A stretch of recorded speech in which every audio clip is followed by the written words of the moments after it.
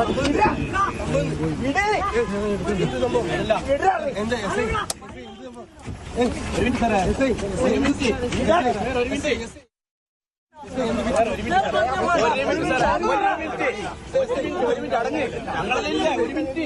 എന്ത് പണിയെടുത്തോ ഇറങ്ങി നടക്കുന്നല്ലേ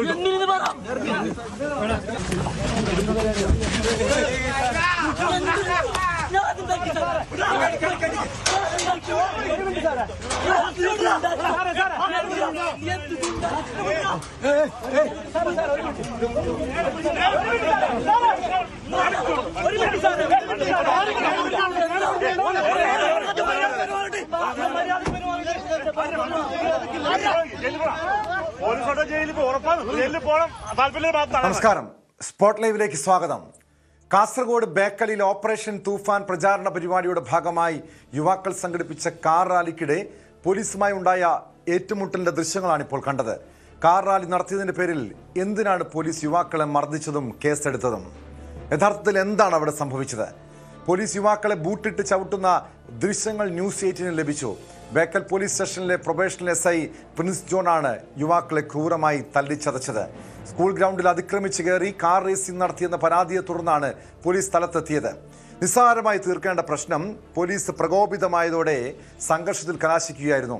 Portugal fans association സംസ്ഥാന തലത്തിൽ സംഘടിപ്പിച്ച കാർ റാലിയുടെ സമാപന ചടങ്ങിന് ശേഷം തിരിച്ചുപോയ യുവാക്കൾക്ക് നേരെയായിരുന്നു പോലീസിന്റെ അതിക്രമം. വിവരങ്ങളുമായി KB ബൈജു ചേരുന്നുണ്ട് കാസർഗോഡ് നിന്ന്. ബൈജു, സംസ്ഥാന വ്യാപകമായി ഈ പോർച്ചുഗൽ ഫാൻസ് അസോസിയേഷൻ ഇത്തരമൊരു കാർ റാലി സംഘടിപ്പിച്ചിരുന്നു. അതായത് ഓപ്പറേഷൻ തൂഫാന് ഐക്യദാർഢ്യം പ്രഖ്യാപിച്ചുകൊണ്ട് ഈ പ്രചാരണത്തിന്റെ ഭാഗമായി. അതിനിടെ പോലീസ് സ്ഥലത്തെത്തുന്നു. അതായത് യുവാക്കളുടെ ഭാഗത്ത് ഉണ്ടായ വീഴ്ച, ഗുരുതരമായിട്ടുള്ള വീഴ്ച, അവർ ഈ സ്കൂൾ അധികൃതരുടെ അനുമതിയില്ലാതെ സ്കൂളിനുള്ളിലേക്ക് ഗ്രൗണ്ടിലേക്ക് കാർ കയറ്റിയെന്നാണ്. അവിടെ വെച്ച് പിന്നീട് കാർ റേസിംഗ് നടത്തിയെന്ന് ആരോപിച്ചാണ് പോലീസ് കസ്റ്റഡിയിലെടുക്കുന്നത്, കേസെടുക്കുന്നത്. ഇന്നലെ ഇതുമായി ബന്ധപ്പെട്ട് യുവാക്കൾ നടത്തിയ അതിക്രമത്തെക്കുറിച്ച് ഈ കാർ റേസിംഗ് നടത്തി എന്ന രീതിയിലുള്ള വാർത്തകളായിരുന്നു പുറത്തു വന്നതെങ്കിൽ ന്യൂസ് 18 ഇതിൻ്റെ സത്യാവസ്ഥ പുറത്തു കൊണ്ടുവരികയാണ്. അതായത് ഈ യുവാക്കൾ അവിടെ ഈ ഒരു പ്രചാരണ പരിപാടിയുടെ ഭാഗമായി കാർ റാലി നടത്തുന്നു, പിന്നീട് പോലീസ് എത്തുന്നു, പോലീസിന്റെ അതിക്രമം ഉണ്ടാകുന്നു, യുവാക്കളെ തല്ലിച്ചതയ്ക്കുന്നു. അതിന്റെ ദൃശ്യങ്ങൾ ഉൾപ്പെടെ ഇപ്പോൾ പുറത്തു വരികയാണ്. യഥാർത്ഥത്തിൽ എന്താണ് കഴിഞ്ഞ ദിവസം ആ സ്കൂൾ ഗ്രൗണ്ടിൽ സംഭവിച്ചത്? ബൈജു,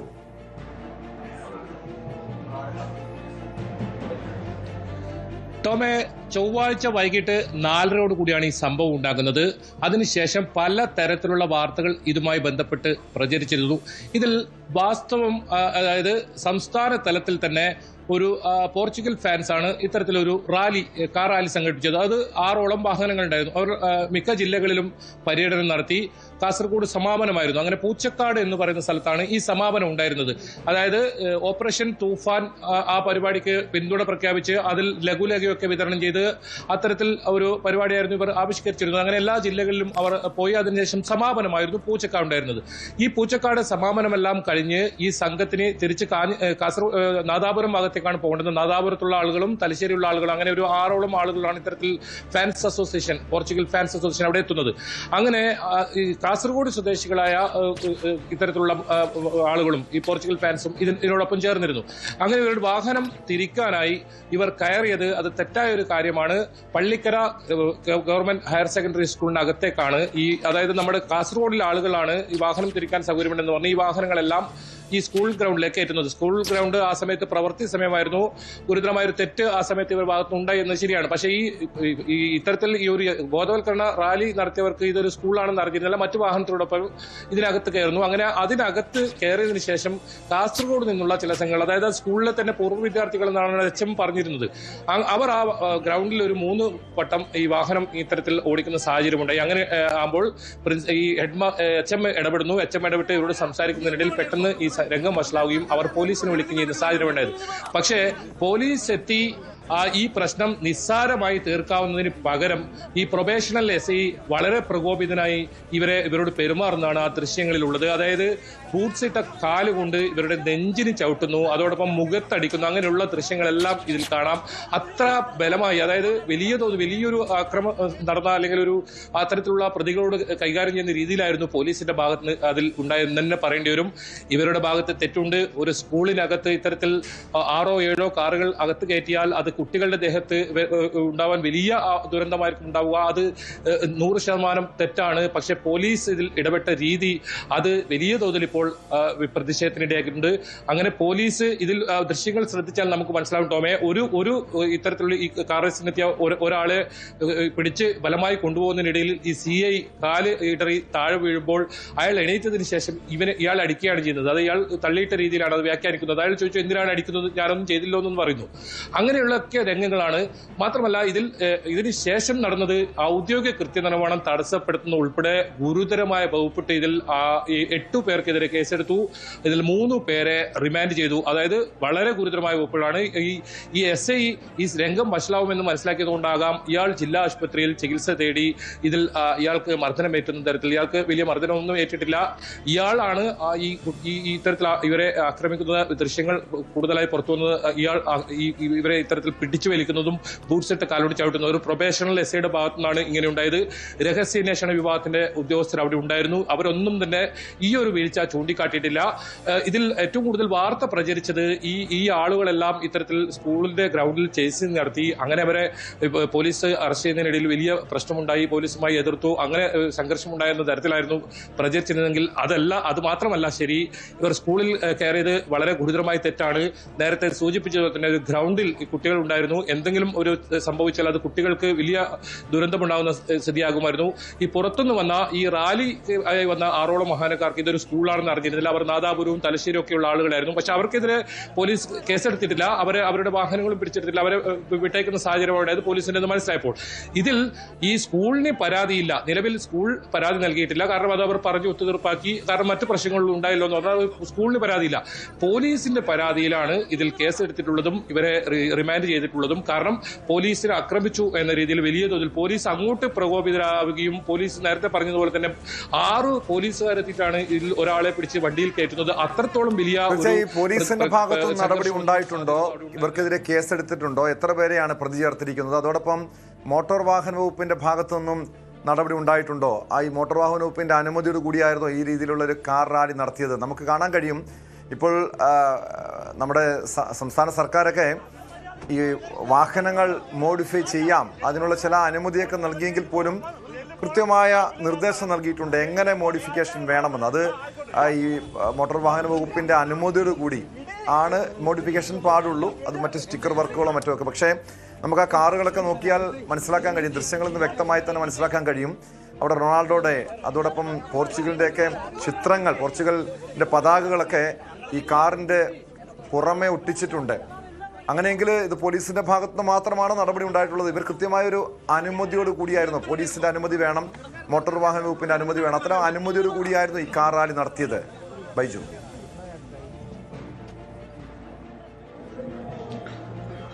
ടോമെ, അത്തരത്തിലുള്ള നടപടി എടുത്തിട്ടില്ല എന്നാണ് നമുക്ക് മനസ്സിലാക്കാൻ സാധിക്കുന്നത്. അതായത് ബേക്കൽ പോലീസ് ഇതിൽ കേസെടുക്കുന്നു. ഇതിൽ ആകെ കേസെടുത്തിട്ടുള്ളത് പോലീസിന്റെ ഔദ്യോഗിക കൃത്യനിർവഹണം തടസ്സപ്പെടുത്തി ഈ സ്കൂൾ ഗ്രൗണ്ടിനകത്ത് അതിക്രമിച്ച് കയറി തുടങ്ങിയ വകുപ്പുകൾ പ്രകാരം പോലീസിന്റെ, അതായത് ഈ പ്രൊബേഷണൽ SIയുടെയും അതോടൊപ്പം മറ്റൊരു കോൺസ്റ്റബിളിന്റെയും സിവിൽ പോലീസ് ഓഫീസറുടെയും പരാതിയിൽ മാത്രമാണ് ഇതിൽ കേസെടുത്തിട്ടുള്ളത്. 5ഓളം വാഹനങ്ങൾ പിടിച്ചെടുക്കുന്ന സാഹചര്യം ഉണ്ടായിരുന്നു. അത് കാസർഗോഡ് ജില്ലയിൽ തന്നെയുള്ള ആളുകളുടെ വാഹനങ്ങളാണ് ഇത്തരത്തിൽ പിടിച്ചെടുത്തത്. അതോടൊപ്പം ഇവർക്കെതിരെ ഇത്തരത്തിൽ ജാമ്യമില്ലാ വകുപ്പ്, ഗുരുതരമായ വകുപ്പുകൾ തന്നെയാണ് ചുമത്തിയിട്ടുള്ളത്. പക്ഷേ ഈ മോഡിഫിക്കേഷന്റെ ഇപ്പോൾ ഈ ഫുട്ബോളിന്റെ ഒരു ആവേശത്തിൽ പലപ്പോഴും ഇത്തരം ഇളവുകൾ കൊടുക്കുന്നതായിട്ടാണ് നമുക്ക് കാണാൻ സാധിക്കുന്നത്. ഇപ്പോൾ നമുക്ക് നമ്മളെ റോഡുകളിലൊക്കെ നോക്കിയാൽ ഫ്ലക്സ് ബോർഡുകൾ നിറഞ്ഞു നിൽക്കുന്നു. അതായത് കായിക താരങ്ങളുടെ, സൂപ്പർ താരങ്ങളുടെ ഒക്കെ ഫ്ലക്സ് ബോർഡുകൾ നിരോധിച്ചതാണ്, നിയമം മൂലം നിരോധിച്ച അത്തരത്തിലുള്ള ഫ്ലക്സ് ബോർഡുകളൊക്കെ നമുക്ക് ഓരോ സ്ഥലങ്ങളിലും കാണാം. അതൊരു ഫുട്ബോൾ സീസൺ ആയതുകൊണ്ട് തന്നെ പലപ്പോഴും അതിൽ ഒരു നടപടി എടുക്കാനോ അതല്ലെങ്കിൽ ആ ഒരു സെൻസിലെടുക്കാനാണ് പലപ്പോഴും അധികൃതർ അധികൃതർ ശ്രമിക്കുന്നത്. ഒരു പക്ഷേ അതിന്റെ ഭാഗമായിരിക്കും എന്നറിയില്ല. ഈ കാര്യത്തിൽ MP മോട്ടോർ വെഹിക്കിൾ ഡിപ്പാർട്ട്മെന്റിന്റെ ഭാഗത്തുനിന്നും ഏതെങ്കിലും തരത്തിൽ നടപടിയെടുത്തായി നമുക്ക് മനസ്സിലാക്കാൻ സാധിക്കുന്നില്ല. അതോടൊപ്പം 8 പേർക്കെതിരെയാണ് കേസെടുത്തിട്ടുള്ളത്. ഇതിൽ 3 പേരെയാണ് പോലീസ് അറസ്റ്റ് ചെയ്തിട്ടുള്ളത്. നിരവധി ആളുകളെ ഇവിടെ നിന്നും പോലീസ് പിടിച്ചുകൊണ്ടുവന്ന സാഹചര്യം ഉണ്ടായിരുന്നു. ഈ രംഗം പിന്നീട് വലിയ വഷളാവുകയായിരുന്നു. കാരണം പോലീസ് വലിയ തോതിൽ പോലീസിന്റെ ആക്ഷൻ ആ സമയത്ത് ഉണ്ടാകുന്നു. അങ്ങനെ ഈ ആളുകളും തർക്കിക്കുന്നു. എന്തിനാണ് നമ്മളെ പിടിച്ചുകൊണ്ടുവന്ന് നമ്മൾ ഓപ്പറേഷൻ തൂഫാന്റെ ഭാഗമായുള്ള ഒരു പരിപാടി സമാധാനമായി ഉണ്ടായതല്ലേ, എന്തിനാണ് ഇങ്ങനെ ബലമായി കൊണ്ടുവന്ന തരത്തിൽ അവരും സംസാരിച്ചു. അങ്ങനെ ഇവർ തമ്മിൽ വലിയ വാക്കേറ്റവും പിന്നീട് അത് വലിയ സംഘർഷത്തിൽ കലാശിക്കുമായിരുന്നു. ഒരു ദൃശ്യങ്ങളിൽ കാണാം, സർക്കിൾ ഇൻസ്പെക്ടറാണ്, ബേക്കൽ പോലീസ് സ്റ്റേഷനിലെ സർക്കിൾ ഇൻസ്പെക്ടറാണ്. ഇയാളെ പിടിച്ചു കൊണ്ടുപോകുന്നതിനിടെ അയാൾ സ്വന്തം കാലിടറി താഴെ വീഴുന്നതാണ്. അയാൾ എണീറ്റ് അപ്പോൾ തന്നെ ഈ ഒരു ആളെയാണ് ആക്രമിക്കുന്ന സാഹചര്യം ഉണ്ടായത്. അപ്പോൾ ആൾ ചോദിക്കുന്നുണ്ട്, എന്തിനാണ് എന്നെ അടിക്കുന്നത്, സാറ് താഴെ വീണതല്ല എന്ന തരത്തിലൊക്കെ. അങ്ങനെ പലതരത്തിലുള്ള നാടകീയ സംഭവങ്ങൾ അവിടെ നിന്ന് ഉണ്ടായിട്ടുണ്ട്. ഏതായാലും പോലീസ് വലിയ പ്രകോപനം അവിടെ പോലീസിന്റെ ഭാഗത്തു നിന്നുണ്ടായി. ഇത്രത്തോളം ഒരു വിഷയം വഷളാക്കേണ്ടതുണ്ടോ എന്ന് ചോദിച്ചാൽ അത്ര വലിയ പ്രശ്നത്തിലേക്ക് അത് പോയില്ല. ഇവർ പറഞ്ഞു തീർത്ത് അവർ അവിടുന്ന് പുറത്തേക്ക് ഇറങ്ങാൻ നിന്നതായിരുന്നു. അവർക്ക് മാറി കയറിയതാണ്, തങ്ങൾക്ക് തെറ്റുപറ്റിയെന്ന് അവർ HM-നോട് പറഞ്ഞു എന്നാണ് HM-ഓട് ചോദിച്ചപ്പോൾ നമ്മൾ മനസ്സിലാക്കിയത്. അതുകൊണ്ട് തന്നെയാണ് HM ഇതിൽ ഒരു പരാതി നൽകാറുന്നത്. ഏതായാലും ഇയാൾ ഈ പ്രൊബേഷണൽ SI, നമുക്കറിയാം പല സംഭവങ്ങളിലും ഈ പുതുതായി വരുന്ന SI-മാർക്ക് കുറച്ച് ആവേശം കൂടുതലാണ്. ആ ഒരു ആവേശം അവിടെ ഉണ്ടായിട്ടുണ്ടെന്ന് ഉറപ്പാണ്. ആ ആവേശത്തിന് പുറത്ത് പോലീസ് ആക്ഷനും ഈ SI-ഒക്കെ മാറ്റുന്നത് നമുക്ക് ആ ദൃശ്യങ്ങളിൽ കാണാം. ആളുകൾ ഇയാളെ പിടിച്ച്, ഈ ഓഫീസറെ പിടിച്ച് മാറ്റുന്നു, ഇത്തരത്തിൽ പെരുമാറരുതെന്ന് പറയുന്നു. അത് ആ ബൂട്ട്സ് ഇട്ട കാലുകൊണ്ടാണ് അവരെ ചവിട്ടുന്നത്. അത് നമുക്ക് പുറത്ത് കാണാം, അകത്തുനിന്നുള്ള ദൃശ്യത്തിൽ നിന്ന് മുഖത്ത് അടിക്കുന്നത് കാണാം.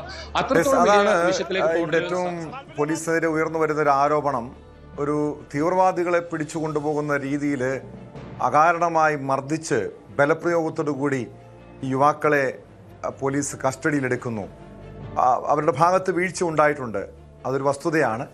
പക്ഷേ ഈ രീതിയിലൊരു നടപടി ആവശ്യമുണ്ടായിരുന്നോ എന്നതാണ് ഉയർന്നു വരുന്ന പ്രധാന ആക്ഷേപം. ഭൂട്ടാൻ വാഹന തട്ടിപ്പ് കേസിൽ നടൻ ദുൽഖർ സൽമാനെ കസ്റ്റംസ് വീണ്ടും ചോദ്യം ചെയ്യും. ദുൽഖർ സൽമാന്റെ പക്കൽ കൂടുതൽ ഭൂട്ടാൻ വാഹനങ്ങളുണ്ടെന്ന നിഗമനത്തിലാണ് കസ്റ്റംസ്. ഓപ്പറേഷൻ നുംഖോറിന്റെ ഭാഗമായി കഴിഞ്ഞ ദിവസമാണ് കൊച്ചി കസ്റ്റംസ് പ്രിവന്റീവ് വിഭാഗം ദുൽഖറെ ചോദ്യം ചെയ്തത്. താൻ നിയമവിധേയമായാണ് വാഹനം വാങ്ങിയതെന്നും കള്ളക്കടത്തായി എത്തിച്ചതാണെന്ന് തനിക്ക് അറിയില്ലായിരുന്നുവെന്നുമാണ് ദുൽഖറിന്റെ മൊഴി. വിവരങ്ങളുമായി ഡാനി ഇപ്പോൾ ചേരുന്നുണ്ട്. ഡാനി, കഴിഞ്ഞ ദിവസം ദുൽഖർ സൽമാനെ കസ്റ്റംസ് ചോദ്യം ചെയ്തിരുന്നു. എന്തൊക്കെ കാര്യങ്ങളാണ് ചോദിച്ചറിഞ്ഞത്? പ്രത്യേകിച്ചും ഈ ദുൽഖർ സൽമാന്റെ കൈവശമുണ്ടായിരുന്ന വാഹനങ്ങൾ ആദ്യഘട്ടത്തിൽ കസ്റ്റംസ് പിടിച്ചെടുത്തതാണ്. കൂടുതൽ വാഹനങ്ങൾ ഈ രീതിയിൽ നിയമവിരുദ്ധമായി ദുൽഖർ വാങ്ങിയിട്ടുണ്ടെന്നാണ് കസ്റ്റംസിന്റെ കണ്ടെത്തൽ. ഇത് ദുൽഖർ യഥാർത്ഥത്തിൽ ഈ ഒരു തട്ടിപ്പിന് ഇരയായതാണോ, അതോ ബോധപൂർവം ഇത് അറിഞ്ഞുകൊണ്ട് തന്നെ, ഈ കള്ളക്കടത്ത് വാഹനമാണെന്ന് അറിഞ്ഞുകൊണ്ട് തന്നെ വാങ്ങിയതായിരിക്കുമോ? കസ്റ്റംസിന്റെ ഒരു പ്രാഥമികമായിട്ടുള്ള വിലയിരുത്തൽ എന്താണ്?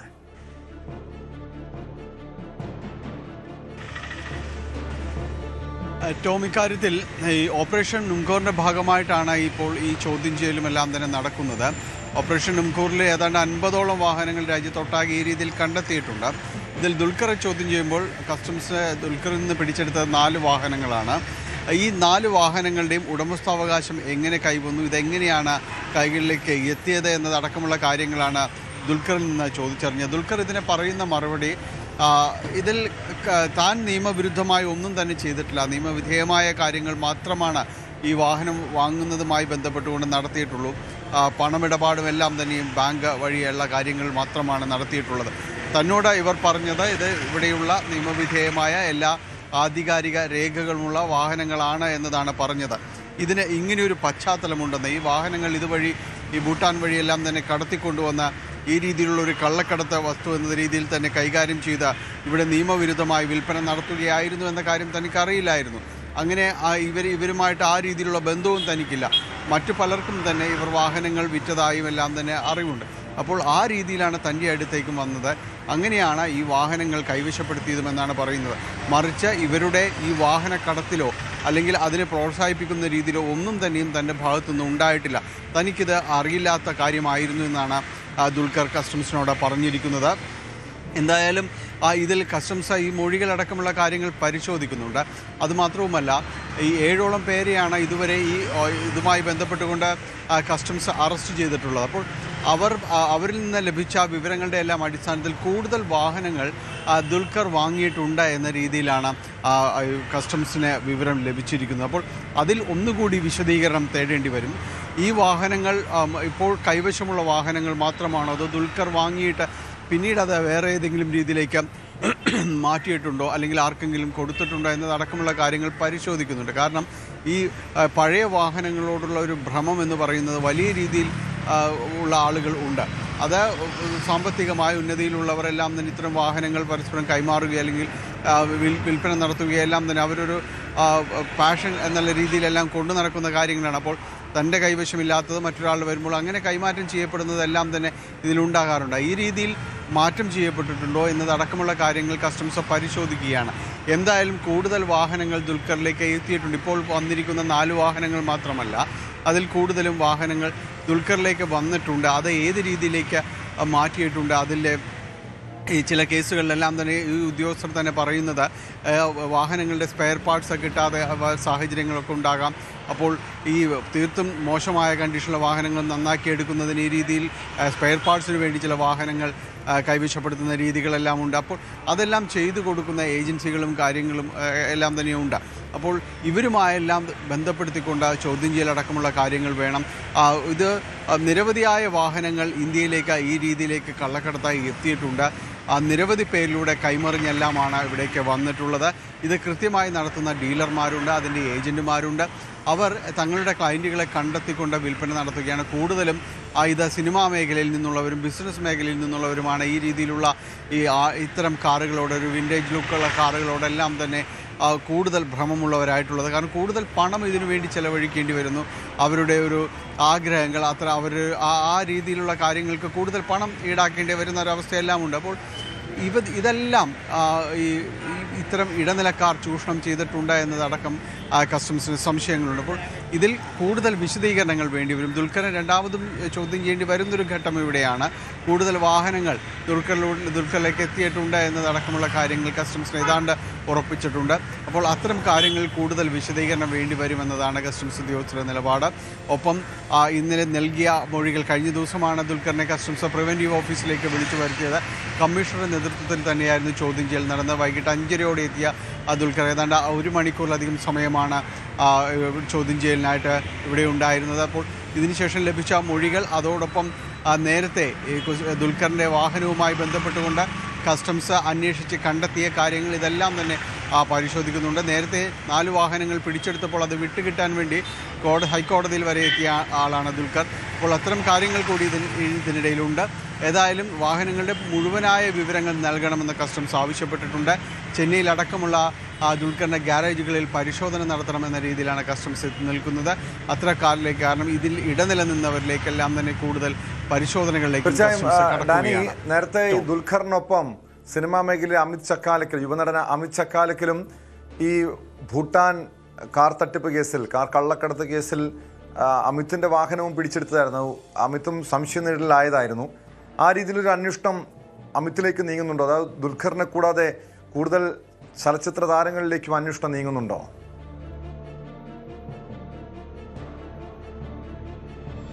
ടോം, ഇക്കാര്യത്തിൽ ഈ 50ഓളം വാഹനങ്ങൾ നേരത്തെ പറഞ്ഞതാണ് പിടിച്ചെടുത്തു എന്ന് പറഞ്ഞു. ഈ വാഹനങ്ങൾ കൈവശപ്പെടുത്തിയ എല്ലാ ഉടമകളിലേക്കും ഇത് അന്വേഷണം എത്തുന്നുണ്ട്. കാരണം ഇവർ ഏത് രീതിയിലാണ് ഈ വാഹനങ്ങൾ കൈവശപ്പെടുത്തിയത് എന്നതടക്കമുള്ള കാര്യങ്ങൾ വിശദീകരണം വേണ്ടി വരും.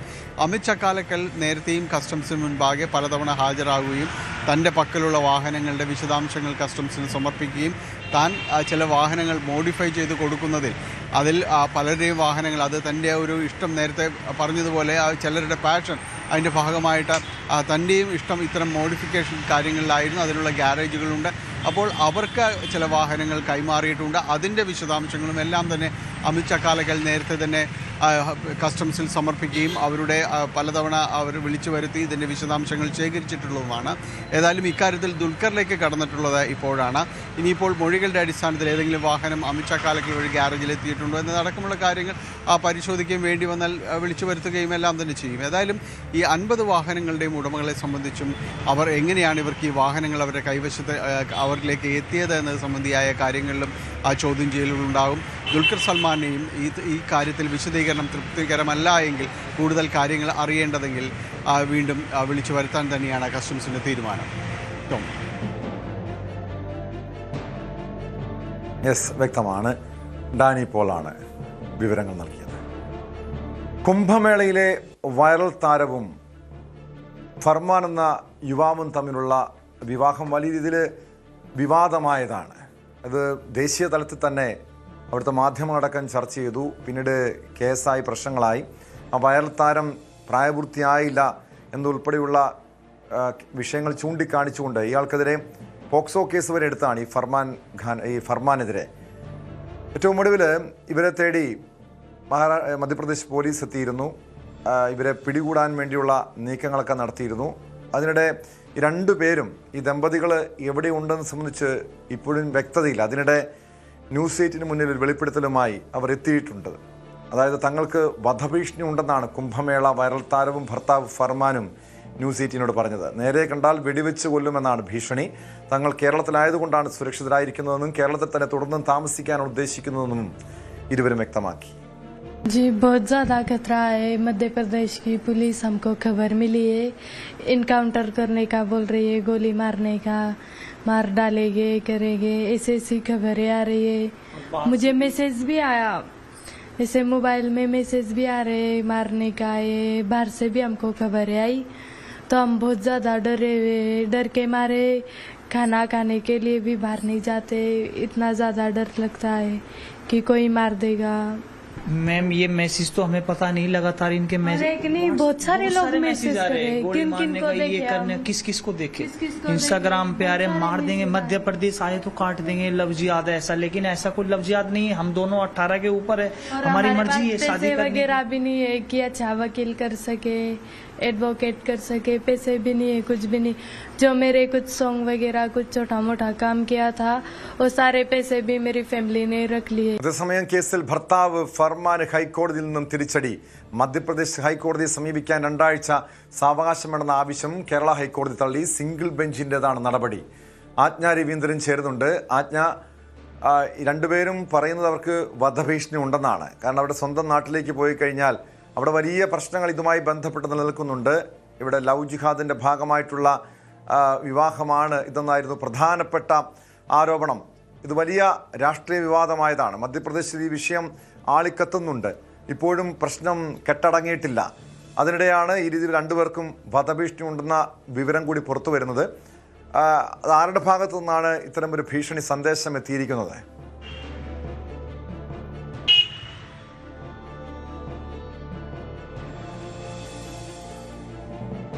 ഇവർക്ക് പല നമ്പറുകളിൽ നിന്നാണ് മധ്യപ്രദേശിൽ നിന്നും ഹിന്ദുത്വ പ്രചരണവുമായി അതിന് ചുക്കാൻ പിടിക്കുന്ന ആളുകളാണ് എന്ന് പറഞ്ഞാണ് ഇവർക്ക് മെസ്സേജ് അയക്കുന്നത്. അദ്ദേഹം ആ മെസ്സേജിൽ തന്നെ പറയുന്നത്, നിന്നെ കണ്ടാൽ, പാകിസ്ഥാനിൽ നിന്നും നീ കല്യാണം കഴിച്ചതല്ലേ, നിന്നെ കണ്ടാൽ വെടിവെച്ച് കൊല്ലും, അതുമാത്രമല്ല ജയ് ശ്രീറാം എന്ന് പറയാൻ പഠിക്കും, അതല്ലെങ്കിൽ മോദിജിക്കും യോഗി ആദിത്യനാഥിനും ജയ് വിളിക്കും തുടങ്ങിയ മെസ്സേജുകളാണ് എത്തിയിരിക്കുന്നത്. മാത്രമല്ല മധ്യപ്രദേശ് പോലീസ് ഇവിടെ മഫ്റ്റിയിൽ തുടരുന്നുണ്ട്. ആ ഒരു സാഹചര്യത്തിൽ മധ്യപ്രദേശ് പോലീസ് ഒരു എൻകൗണ്ടർ പ്ലാൻ ചെയ്യുന്നു എന്നുള്ള ഒരു വിവരമാണ് ഇവർക്ക് ലഭിക്കുന്നത്. അതായത് ഇവരെ പിടികൂടിയ ശേഷം എൻകൗണ്ടറിലൂടെ ഇവരെ കൊല്ലാനുള്ള നീക്കമാണ് എന്നാണ് ഇവരുടെ ആരോപണം. ഇവരുടെ ആശങ്കയും അങ്ങനെയാണ്. ആ ആശങ്കയാണ് കഴിഞ്ഞ ദിവസം ഇവർ ന്യൂസ് 8 പങ്കുവച്ചതും. അത്തരത്തിലൊരു ആശങ്ക നിലനിൽക്കുന്ന സാഹചര്യത്തിൽ ടോം സൂചിപ്പിച്ചതുപോലെ ജാതീയ പ്രശ്നങ്ങൾ വളരെ കൂടുതലുള്ള സംസ്ഥാനം തന്നെയാണ് മധ്യപ്രദേശ്. ദുരഭിമാന കൊലകൾ ഉൾപ്പെടെയുള്ള കാര്യങ്ങൾ നോർത്ത് ഇന്ത്യയിൽ അത് കൂടുതലുമാണ്. മാത്രമല്ല ഈ മൊണാലിസയുടെ ജാതിയിൽ നിന്ന് അവരെ പുറത്താക്കിയിരിക്കുന്ന സാഹചര്യമുണ്ട്. അവരുടെ പ്രാദേശികമായിട്ട് ഇവരുടെയും അവരുടെ ഭർത്താവ് ഫർമാൻ്റെയും ഫോട്ടോകളൊക്കെ കത്തിക്കുന്ന സാഹചര്യങ്ങളൊക്കെ ഉണ്ട്. അത്തരമൊരു സാഹചര്യത്തിൽ തന്നെ ഇവരെ കൊലപ്പെടുത്തുമോ എന്നുള്ള പേടിയാണ് ഇവർക്കുള്ളത്. അതേസമയം മധ്യപ്രദേശ് പോലീസ് സംഘത്തിൽ തന്നെയുള്ള ആളുകൾ ഇവരെ ഇൻഫോം ചെയ്തിട്ടുണ്ട്. എൻകൗണ്ടറാണ് അവർ പ്ലാൻ ചെയ്യുന്നത്, ഏതെങ്കിലും തരത്തിൽ അവർ രക്ഷപ്പെട്ടോളൂ എന്നുള്ള മെസ്സേജ് ഇവർക്ക് നൽകിയെന്നും ഇവർ പറയുന്നുണ്ട്. അങ്ങനെ ഒരു സാഹചര്യത്തിലാണ് ഇവർ മധ്യപ്രദേശിലേക്ക് തിരിച്ചു പോകാൻ മടിക്കുന്നത്. മാത്രമല്ല നേരത്തെ ടോം സൂചിപ്പിച്ചതുപോലെ കേരളം സേഫാണ്, അതുകൊണ്ട് തന്നെ അവർ ഇവിടെ തുടരാനാണ് താല്പര്യപ്പെടുന്നത്. മറ്റ് കേരള സ്റ്റോറി ഉൾപ്പെടെയുള്ള ഇതിലൂടെ കേരളത്തിൽ ലവ് ജിഹാദിൻ്റെ കേന്ദ്രമാണ് എന്നുള്ള സാഹചര്യങ്ങളൊക്കെയും ഉന്നയിക്കപ്പെടുമ്പോഴും കേരളം സുരക്ഷിതമാണ് എന്നുള്ളൊരു ബലത്തിൽ 2 പേർ ഇവിടെ താമസിക്കാൻ താല്പര്യപ്പെടുന്നു എന്നുള്ളത് തന്നെ അങ്ങേയറ്റം അടിവരയിട്ട് പറയേണ്ട കാര്യമാണ് എന്ന് വേണം പറയാൻ. പ്രത്യേകിച്ചും ഹൈക്കോടതി ഇതുമായി ബന്ധപ്പെട്ട് ഇവർക്കൊരു ട്രാൻസിറ്റ് ബെയിൽ നൽകിയത്. ട്രാൻസിറ്റ് ബെയിൽ എന്നാൽ ഒരു സംസ്ഥാനത്ത് നിന്ന് മറ്റൊരു സംസ്ഥാനത്തിലേക്ക് ഒരാളെ അറസ്റ്റ് ചെയ്ത് കൊണ്ടുപോകുന്നതിനുള്ള താൽക്കാലികമായ ജാമ്യം. അതായത് നേരിട്ട് ഉടനടി അറസ്റ്റ് ചെയ്യാതെ അതിൽ മറ്റ് നിയമ നടപടികളോ കോടതികളെ സമീപിക്കാനുള്ള സ്വാഭാവികമായിട്ടുള്ള ഒരു സമയമാണ് നൽകിയിരുന്നത്. അത് 1 മാസമായിരുന്നു നൽകിയിരുന്നത്. അതാണ് ഇന്നത്തോടുകൂടി, അതായത് ഇന്നാണ് അതിൻ്റെ കാലാവധി അവസാനിച്ചത്.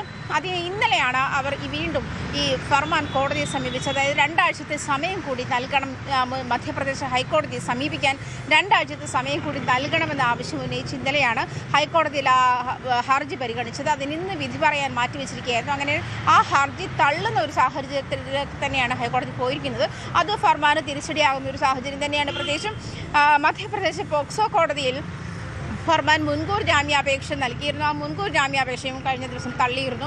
അങ്ങനെ ഒരു സാഹചര്യത്തിൽ അറസ്റ്റ് എന്നുള്ളൊരു നീക്കം തന്നെയാണ് പോലീസിൻ്റെ ഭാഗത്തുനിന്നുണ്ടാകുക. എന്തായാലും ഇവർ രണ്ടാളും ഒളിവിൽ താമസിക്കുന്ന സാഹചര്യത്തിൽ തന്നെ ഇവർക്ക് സംരക്ഷണം നൽകുന്നു എന്ന് പറയപ്പെടുന്ന ആളുകളെയൊക്കെയും ഈ മധ്യപ്രദേശ് പോലീസ് ഹൗസ് അറസ്റ്റിൽ വെക്കുന്ന സാഹചര്യങ്ങളൊക്കെ ഉണ്ടായിട്ടുണ്ട്. അത്തരം പരാതികളും വരുന്നുണ്ട്.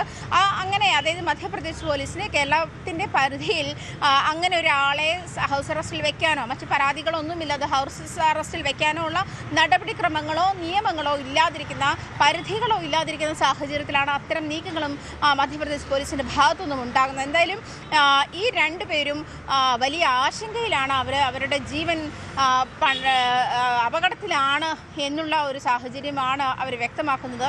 ഈ ഫർമാന് ഹൈക്കോടതിയിൽ നിന്നുള്ള സിംഗിൾ ബെഞ്ചിന്റെ ഉത്തരവ് കൂടി തിരിച്ചടിയായതോടുകൂടി ഇനി സുപ്രീം കോടതിയെ സമീപിക്കുക എന്നുള്ളത് മാത്രമേ നിലവിൽ ഈ കേസുമായി ബന്ധപ്പെട്ടുള്ള വഴിയുള്ളൂ എന്നാണ് അവരുടെ അഭിഭാഷകൻ വ്യക്തമാക്കുന്നത്. ഒരു പക്ഷേ അടിയന്തരമായി ഒരു സുപ്രീം കോടതിയെ സമീപിക്കുന്ന സാഹചര്യം ഉണ്ടാവും. പക്ഷേ കഴിഞ്ഞ ദിവസം നമ്മളോട് സംസാരിച്ചപ്പോഴും ഈ മൊണോലിസ സിനിമയിൽ അഭിനയിക്കുന്നു, ആർട്ട് ഫിലിംസിൽ അഭിനയിക്കുന്നു. അങ്ങനെ അവർക്ക് ഈ കുംഭമേളയിലൂടെ വൈറലായ ശേഷം കുറച്ച് അവസരങ്ങളൊക്കെ കിട്ടിയിരുന്നു. സിനിമയുമായി ബന്ധപ്പെട്ടും പരസ്യ ചിത്രങ്ങളുമായി ബന്ധപ്പെട്ടുമൊക്കെ അതിൽ നിന്നും കുറച്ച് പണം അവരുടെ കൈവശം ഉണ്ടായിരുന്നു. പക്ഷേ അതിൻ്റെ ATM കാർഡ് ഇവർ ഫോൺ ഉപേക്ഷിച്ചത് കൊണ്ട് ATM കാർഡ് ഇവരുടെ പിതാവിൻ്റെ കൈവശമായിരുന്നു. അദ്ദേഹം അതിൽ ഒരു 15 ലക്ഷത്തോളം രൂപ അദ്ദേഹം അതിൽ നിന്ന് പിൻവലിച്ചിട്ടുണ്ട്. അത് പണമൊന്നും അക്കൗണ്ടിലില്ല നിലവിൽ. ഇവർക്ക് അഡ്വക്കേറ്റിനെ കാണാനുള്ള അതാണ് ആജ്ഞ പ്രധാനമായി ഇവർക്കെതിരെ ഉയർന്നു വരുന്ന ആക്ഷേപം. അതായത് വലിയ സാമ്പത്തിക ശേഷിയില്ല.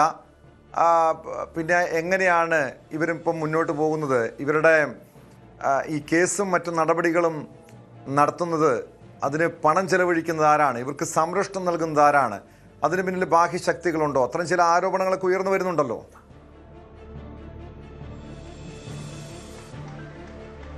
തീർച്ചയായിട്ടും കഴിഞ്ഞ ദിവസം ഇന്ന് തന്നെ നമ്മളോടൊപ്പം ഇതുമായി വന്ന പ്രതികരണങ്ങളിൽ പ്രധാനപ്പെട്ട ഒന്നും അതുതന്നെയായിരുന്നു. പ്രത്യേകിച്ചും CPM നേതൃത്വത്തിലാണ് ഈ പെൺകുട്ടിയുടെയും ഫർമാൻ്റെയും വിവാഹം നടന്നത്. അതുകൊണ്ട് തന്നെ CPM സംരക്ഷണം നൽകാനുള്ള ഉത്തരവാദിത്വം അവർ കാണിക്കുന്നുണ്ട്. ഈ കേസുമായി ബന്ധപ്പെട്ടോ അല്ലെങ്കിൽ കോടതിയുമായി ബന്ധപ്പെട്ടുള്ള നടപടിക്രമങ്ങൾക്ക് പണം ചെലവാക്കുന്നത് CPM വൃത്തങ്ങളിൽ നിന്നാണ് എന്നുള്ള ആരോപണവും ശക്തമാണ്. അതേസമയം ഫർമാനും അത്തരത്തിലുള്ള മതപരമായിട്ടുള്ള സഹായങ്ങൾ ലഭിക്കുന്നുണ്ട് എന്നുള്ള ആരോപണവും ശക്തമാണ്. എന്തായാലും നിലവിൽ അവർ തന്നെ വെളിപ്പെടുത്തിയിട്ടുണ്ട്. അവരുടെ കയ്യിൽ പണമില്ല എന്നുള്ള കാര്യം വെളിപ്പെടുത്തിയിട്ടുണ്ട്. അവരുടെ കയ്യിലെ പണമൊക്കെ തീർന്നിട്ടുണ്ട്. അഡ്വക്കേറ്റ് കുറച്ച് സഹായിച്ചു എന്ന് കഴിഞ്ഞ ദിവസം പറഞ്ഞിരുന്നു. അത്തരത്തിൽ അതായത് ഈ നിയമപരമായിട്ടുള്ള കാര്യങ്ങൾക്കുള്ള പോലും തുക അവരുടെ കൈവശമില്ല എന്നുള്ള കാര്യമാണ് അവർ വ്യക്തമാക്കുന്നത്. അതേസമയം ഈ പെൺകുട്ടിയുമായി തമ്പാനൂർ പോലീസ് സ്റ്റേഷനിൽ ഇവരുടെ പിതാവ് ചെന്നതിൻ്റെ CCTV ദൃശ്യങ്ങളുണ്ട്.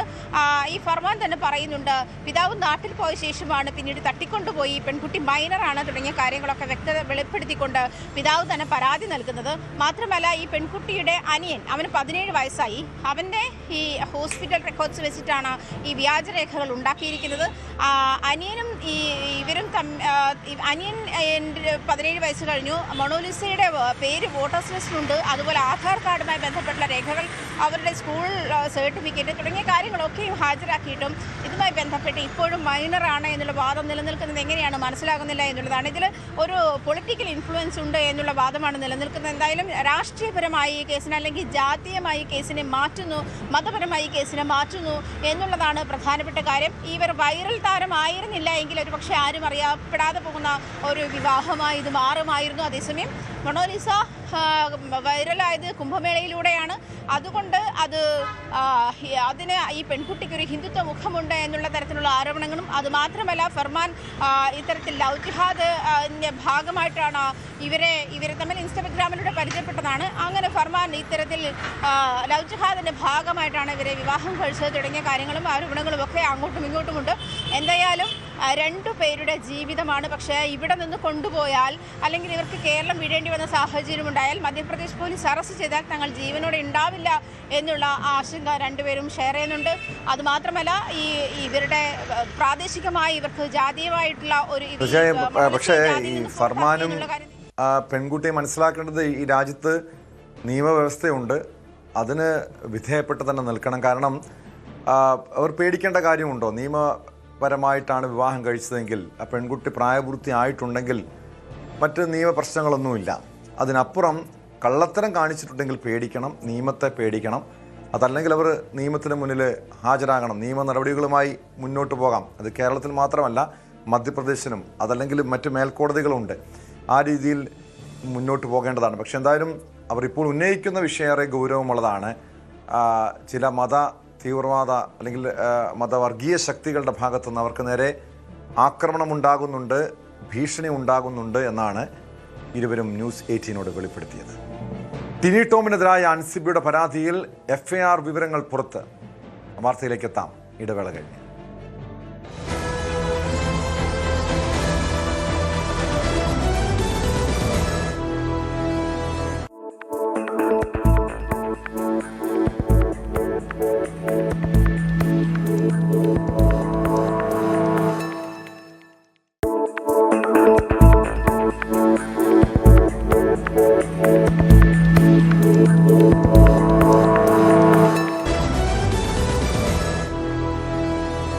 സ്പോട്ട് ലൈവ് തുടരുന്നു. ടിനി ടോമിനെതിരായ നടി അൻസിബിയുടെ പരാതിയിൽ FIR വിവരങ്ങൾ പുറത്ത്. ടിനി ടോമിനെതിരെ ചുമത്തിയത് 6 വകുപ്പുകൾ.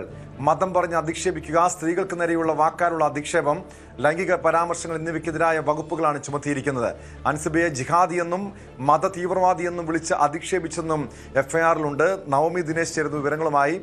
നവമി, ഇതിൽ ജാമ്യം ലഭിക്കാവുന്ന കുറ്റമാണോ ഇത്? അതല്ലെങ്കിൽ ഒരുപക്ഷെ ടിനി ടോമിനെതിരെ തിടുക്കത്തിൽ പോലീസിന്റെ ഭാഗത്തു നിന്ന് നടപടി ഉണ്ടാകുമോ? ടിനി ടോമിനെ അറസ്റ്റ് ചെയ്യുന്ന ഒരു നീക്കം പോലീസിന്റെ ഭാഗത്തുനിന്നുണ്ടോ? ടിനി എവിടെയാണെന്ന് എന്തെങ്കിലും സൂചനകളുണ്ടോ? ടോം കോടതി വരെ ഇടപെട്ടിരിക്കുന്ന സാഹചര്യത്തിൽ ടിനി ടോമിന്റെ അറസ്റ്റ് അടക്കമുള്ള കാര്യങ്ങളിലേക്ക് ചിലപ്പോൾ പോലീസ് കടന്നേക്കും. ഇപ്പോൾ എന്തായാലും FIR രജിസ്റ്റർ ചെയ്തിരിക്കുകയാണ്. FIRൽ 6 വകുപ്പുകളാണ് ചുമത്തിയിരിക്കുന്നത്. അതിൽ മതം പറഞ്ഞ് അധിക്ഷേപിക്കുക, സ്ത്രീകൾക്ക് നേരെ വാക്കാലുള്ള അധിക്ഷേപം, ലൈംഗിക പരാമർശങ്ങൾ എന്നീ വകുപ്പുകളാണുള്ളത്. ഒപ്പം അൻസിബയെ ജിഹാദി എന്നും മത തീവ്രവാദി എന്നും വിളിച്ച അധിക്ഷേപിച്ചു എന്നുകൂടി FIRൽ പറയുന്നുണ്ട്. എന്നാലും ഗുരുതരമായ വകുപ്പുകൾ തന്നെയാണ് ചുമത്തിയിരിക്കുന്നത്. പ്രത്യേകിച്ച് സ്ത്രീത്വത്തെ അപമാനിക്കൽ അടക്കമുള്ള വകുപ്പുകൾ ഉള്ളതിനാൽ ചിലപ്പോൾ ജാമ്യം ലഭിക്കാനുള്ള ഒരു സാധ്യത കുറവാണ്. പ്രത്യേകിച്ച് കോടതി തന്നെ ഇത് കേസ് എടുക്കണമെന്ന് നേരിട്ട് നിർദ്ദേശം നൽകുകയും ചെയ്തിരുന്ന ഒരു സാഹചര്യമായിരുന്നു. നേരത്തെ പാലാരിവട്ടം കടവന്ത്ര പോലീസ് ഈ കേസിൽ ഒരു റിപ്പോർട്ട് കോടതിയിൽ സമർപ്പിച്ചിരുന്നു. അതിൽ പ്രധാനമായും പറഞ്ഞത് കേട്ടുകേൾവിയുടെ അടിസ്ഥാനത്തിൽ കേസ് എടുക്കാൻ കഴിയില്ല എന്നാണ്. പക്ഷേ കോടതി പറയുന്നത് കൃത്യമായിട്ടുള്ള സാക്ഷിമൊഴികൾ ഉണ്ടല്ലോ, നീനാക്കുറുപ്പിന്റെ അടക്കം മൊഴി രേഖപ്പെടുത്തിയിരുന്നു, സാക്ഷിമൊഴികൾ ഉണ്ടല്ലോ, പിന്നെ എന്തുകൊണ്ടാണ് കേസ് എടുക്കാൻ വൈകുന്നതെന്ന് കോടതിയിൽ ചോദിച്ചിരുന്നു. അതിന്റെ അടിസ്ഥാനത്തിലാണ് ഇപ്പോൾ പോലീസ് കേസ് എടുത്തിരിക്കുന്നത്. എന്തായാലും ടിനി ടോം കൊച്ചിയിലാണുള്ളത്. ഇനി കോടതി അടക്കം മുൻകൂർ ജാമ്യം തേടി സമീപിക്കാനുള്ള ഒരു സാധ്യതയൊക്കെ നിലനിൽക്കുന്നുണ്ട്. എന്തായാലും ഇപ്പോൾ ടിനി ടോമിനെയും അതോടൊപ്പം തന്നെ നീന കുറുപ്പിന്റെ മൊഴി ഒരിക്കൽ കൂടി രേഖപ്പെടുത്തുമെന്നാണ് അറിയാൻ സാധിക്കുന്നത്.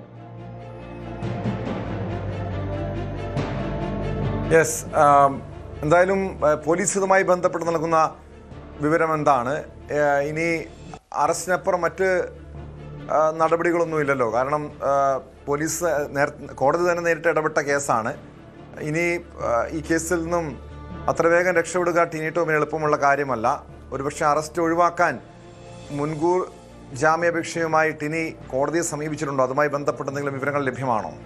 നിലവിൽ ടിനി ടോം കോടതിയെ സമീപിച്ചിട്ടില്ല. പക്ഷേ മുൻകൂർ ജാമ്യം തേടി സമീപിക്കാനുള്ള ഒരു സാധ്യതയുണ്ട്. കാരണം FIR അടക്കം രജിസ്റ്റർ ചെയ്തിരിക്കുന്ന സാഹചര്യത്തിൽ ടിനി കോടതിയെ സമീപിക്കും, മുൻകൂർ ജാമ്യം തേടി കോടതിയെ സമീപിക്കും. എന്നാൽ നിലവിൽ പോലീസ് ഉടനെ ടിനി ടോമിനെ ചോദ്യം ചെയ്യാൻ വിളിപ്പിക്കുമോ എന്നതിൽ വ്യക്തത പറഞ്ഞിട്ടില്ല. എന്നാൽ നമ്മൾ പോലീസ് ഉദ്യോഗസ്ഥരുമായി ബന്ധപ്പെടുമ്പോൾ കേസിൽ എഫ്ഐആർ രജിസ്റ്റർ ചെയ്തിട്ടുണ്ട്. നീനാക്കുറുപ്പിന്റെ മൊഴി ഉടനെ തന്നെ ഒരിക്കൽ കൂടി രേഖപ്പെടുത്തും. അതിനുശേഷം തുടർ നടപടി എന്ന് മാത്രമാണ് പറഞ്ഞിരിക്കുന്നത്. എന്തായാലും ടിനി ടോമിനെ ചോദ്യം ചെയ്യാൻ വിളിപ്പിക്കും. അറസ്റ്റടക്കമുള്ള കാര്യങ്ങളിലൊക്കെ ചിലപ്പോൾ കടന്നേക്കും. വകുപ്പുകളൊക്കെ ആ രീതിയിലാണ് പോലീസ് രജിസ്റ്റർ ചെയ്തിരിക്കുന്നത്. അതിനു മുൻപേ ചിലപ്പോൾ ഇനി മുൻകൂർ ജാമ്യം തേടി കോടതിയെ സമീപിക്കുകയാണെങ്കിൽ. മറ്റൊരു കാര്യം, ഈ അൻസിബ മൂന്നാമതൊരു പരാതി കൂടി നൽകിയിരുന്നല്ലോ.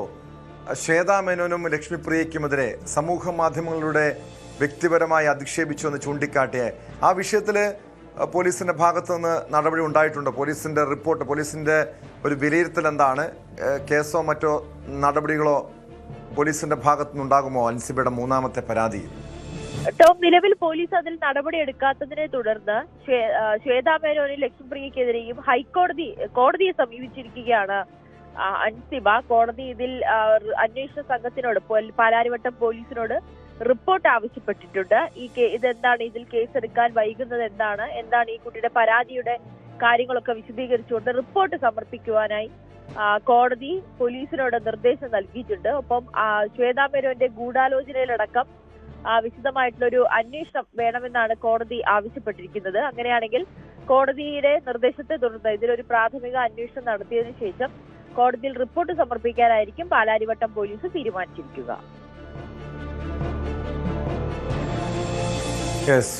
വ്യക്തമാണ്.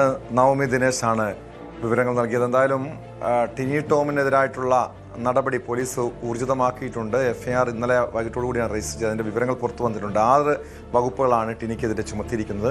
അറസ്റ്റും മറ്റു നടപടികളും ഉടൻ ഉണ്ടാകും. ആ നടപടിയിലേക്ക് പോലീസ് നീങ്ങുമെന്നാണ് സൂചന.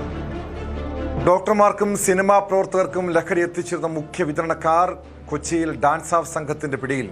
അമൽ ജോർജ്, അഭിജിത്ത് എന്നിവരാണ് പിടിയിലായത്. ഓപ്പറേഷൻ തൂഫാന്റെ ഭാഗമായിട്ടായിരുന്നു നടപടി. കളമശ്ശേരിയിലും വൻ ലഹരി വേട്ടയാണ് നടന്നത്. 66 ഗ്രാം MDMAയുമായി 2 യുവാക്കളെ പോലീസ് പിടികൂടി. സഹൽ, ആഷിഫ് എന്നിവരെ കൊച്ചി സിറ്റി പോലീസാണ് അറസ്റ്റ് ചെയ്തത്. ആജ്ഞ രവീന്ദ്രൻ ചേരുന്നു വിവരങ്ങളുമായി. ആജ്ഞ, കൊച്ചിയിൽ വലിയ ലഹരി വേട്ടയാണ് എല്ലാ ദിവസവും നടക്കുന്നത്. ഇതിപ്പോൾ കൊച്ചി നഗരത്തിലും കളമശ്ശേരിയിലും 4 പേരെ പിടികൂടിയിട്ടുണ്ട്. ഈ പിടിയിലായവർക്ക് ഈ സിനിമാ താരങ്ങളുമായി ബന്ധമുണ്ടോ? കാരണം നമുക്ക് നേരത്തെ തന്നെ അറിയാവുന്ന കാര്യമാണ്, ഈ സിനിമാ മേഖലയിലുള്ളവർക്കും അതോടൊപ്പം ഡോക്ടർമാർക്കും ഒക്കെ ലഹരി വിതരണം ചെയ്യുന്ന വലിയൊരു സംഘം തന്നെ ഇവിടെ പ്രവർത്തിക്കുന്നുണ്ടെന്ന്. അങ്ങനെയെങ്കിൽ ഇത് കൂടുതൽ പേരിലേക്ക് അന്വേഷണം എത്തുമോ?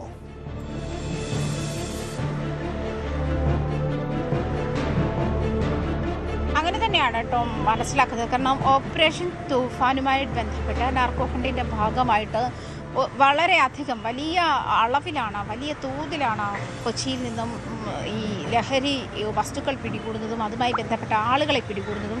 ഈ ഓപ്പറേഷൻ തൂഫാൻ തുടങ്ങിയ ശേഷം, അതിൻ്റെ പ്രവർത്തനങ്ങൾ തുടങ്ങിയ ശേഷം നിരവധി കേസുകളാണ് റിപ്പോർട്ട് ചെയ്യപ്പെട്ടുള്ളത്. അതിലും കഴിഞ്ഞ ദിവസം ഇപ്പോൾ ടോം സൂചിപ്പിച്ചതുപോലെയുള്ള 2 കേസുകൾ, 2 വ്യത്യസ്ത കേസുകളിലാണ് ഈ പറയുന്ന MDMA അതായത് രാസലഹരി പിടികൂടിയിട്ടുള്ളത്. ഈ അഭിജിത്ത് അതുപോലെ അമൽ ജോർജ് എന്നിവരാണ് സിനിമാക്കാർക്കും ഡോക്ടർമാർക്കും ഈ രാസലഹരി എത്തിക്കുന്ന ആളുകളാണ് എന്നുള്ള അതിൻ്റെ മുഖ്യ വിതരണക്കാർ എന്നുള്ള നിലയിലാണ് ഇവരെ പിടികൂടിയത്. ഇത് രഹസ്യ വിവരത്തിൻ്റെ അടിസ്ഥാനത്തിലാണ് ഈ നാർക്കോട്ടിക് സംഘം ഇവരെ പിടികൂടിയിട്ടുള്ളത്. കൊച്ചി സിറ്റി പോലീസ് കമ്മീഷണറുടെ നേതൃത്വത്തിലുള്ള സംഘമാണ് ഇവരെ പിടികൂടിയിട്ടുള്ളത്. എന്തായാലും ഈ 2 പേരെയും പോലീസ് കസ്റ്റഡിയിലെടുത്തിട്ടുണ്ട്. നേരത്തെ ഈ അമൽ ജോർജിൻ്റെ പേരിൽ 250 ഗ്രാം MDMA അയാളുടെ കൈവശം നേരത്തെ പിടികൂടിയിട്ടുള്ളതായിരുന്നു.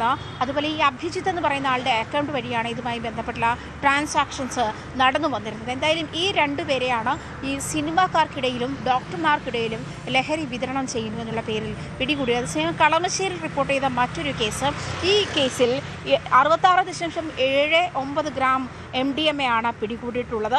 ഈ സഹൽ MP എന്ന് പറയുന്ന ആളിൽ നിന്നുമാണ് ഈ MDMA പിടികൂടിയിട്ടുള്ളത്. വലിയ തോതിലുള്ള അളവിലുള്ള രാസലഹരി തന്നെയാണ് പോലീസ് പിടികൂടിയിട്ടുള്ളത്. അതിനുശേഷം ആഷിഫ് എന്ന മറ്റൊരാളെ 5.69 ഗ്രാം MDMA പിടികൂടിയിട്ടുണ്ട്. ഏതാണ്ട് 75 ഗ്രാമിനടുത്ത് MDMA തന്നെ കളമശ്ശേരിയിൽ നിന്ന് പിടികൂടിയിട്ടുണ്ട്. എന്തായാലും ഈ 4 പേരെയും അറസ്റ്റ് ചെയ്ത് റിമാൻഡിലാക്കിയിട്ടുണ്ട്. എന്തായാലും പോലീസ് ഇതുമായി ബന്ധപ്പെട്ട് ബന്ധപ്പെട്ടുള്ള, അതായത് ഓപ്പറേഷൻ തൂഫാൻ്റെ നാർക്കോ ഹണ്ടുമായി ബന്ധപ്പെട്ടിട്ടുള്ള ഈ ഹണ്ടിങ്ങിൽ തന്നെയാണ് എന്ന് വേണം പറയാൻ. നിരവധി, അതായത് ആഴ്ചയിൽ എന്തായാലും നമുക്ക് എണ്ണിത്തിട്ടപ്പെടുത്താൻ പറ്റാത്ത അത്രയും അളവ് രാസലഹരിയും കഞ്ചാവും ഉൾപ്പെടെ കൊച്ചിയിൽ നിന്നും പിടികൂടുന്നുണ്ട്. അതുമായി ബന്ധപ്പെടുന്ന ആളുകളെയും പിടികൂടുന്നുണ്ട്. കഴിഞ്ഞ ആഴ്ച കൊച്ചിയിൽ നിന്നും 18 കോടിയുടെ ഹൈബ്രിഡ് കഞ്ചാവ് പിടികൂടുന്നു. ഇങ്ങനെ ഇതുമായി ബന്ധപ്പെട്ട പരിശോധനകൾ ശക്തമാക്കുകയും പോലീസ് കൂടുതലായി ജാഗരൂകരാകുകയും ഓപ്പറേഷൻ തൂഫാൻ്റെ ഭാഗമായിട്ടുള്ള ഇതിൻ്റെ ഭാഗമായി എല്ലാവരെയും ചേർത്ത് മുന്നോട്ട് പോകാനും ശ്രമിക്കുന്നുണ്ട്. എന്നിരുന്നാൽ പോലും വലിയ തോതിലുള്ള അളവിലുള്ള ഈ ലഹരിയാണ് പിടികൂടിക്കൊണ്ടിരിക്കുന്നതും. എനിക്ക് തോന്നുന്നത് പരിശോധന കൂടുതൽ മുൻപത്തേക്കാൾ കുറച്ചുകൂടി ഇത്തരം പരിശോധനകൾ ശക്തമാക്കിയിട്ടുണ്ട്. വരും ദിവസങ്ങളിലും അത്തരം വലിയ അളവിൽ, അതായത് ഈ ലഹരിയെ പൂർണ്ണമായും തൂത്തെറിയുക എന്നുള്ളതാണ്. തീർച്ചയായും പരിശോധന നടക്കുന്നുണ്ട്, ലഹരി സംഘങ്ങൾ പിടിയിലാകുന്നുണ്ട്. പക്ഷേ ഈ പ്രധാനികളിലേക്ക് അന്വേഷണം എത്തുന്നതില്ലോ, അതായത് ഈ മരുന്ന് മാഫിയെ നിയന്ത്രിക്കുന്ന ആളുകളിലേക്ക്, അതോടൊപ്പം ഈ സിനിമ മേഖലയിലുള്ളവർക്കും ഡോക്ടർമാർക്കുമാണ് ഇവർ ലഹരി എത്തിച്ചിരുന്നതെന്ന് വിവരങ്ങൾ ലഭ്യമായിട്ടുണ്ട്. അതൊക്കെ ആരൊക്കെയാണെന്ന് കണ്ടെത്തേണ്ടതല്ലേ? അങ്ങനെയാണെങ്കിൽ കൂടുതൽ ഉന്നതർ കുടുങ്ങുമോ?